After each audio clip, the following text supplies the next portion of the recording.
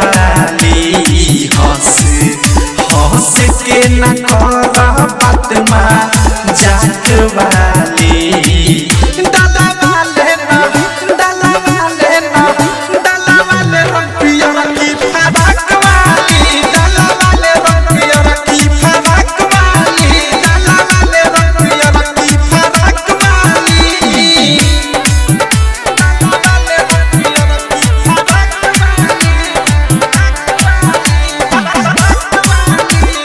Diamond recording studio Jamnagar.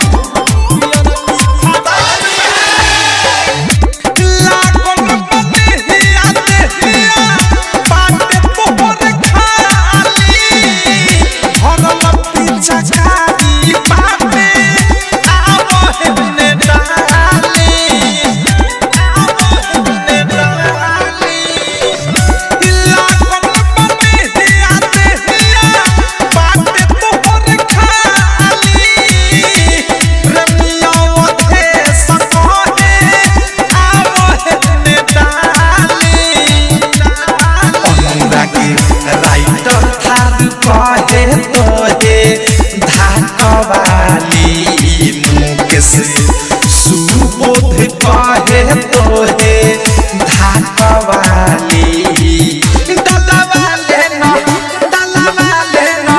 डाला वाले रंगिया की फराक वाली डाला वाले रंगिया की फराक वाली डाला वाले रंगिया की फराक वाली अरे हम कुछ करिले त माना तारे पूरा तू कहे फेंक तारे राखिया पूरा उली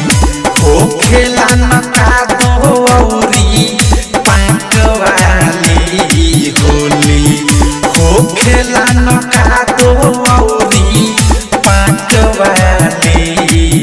डाला वाले न डाला वाले न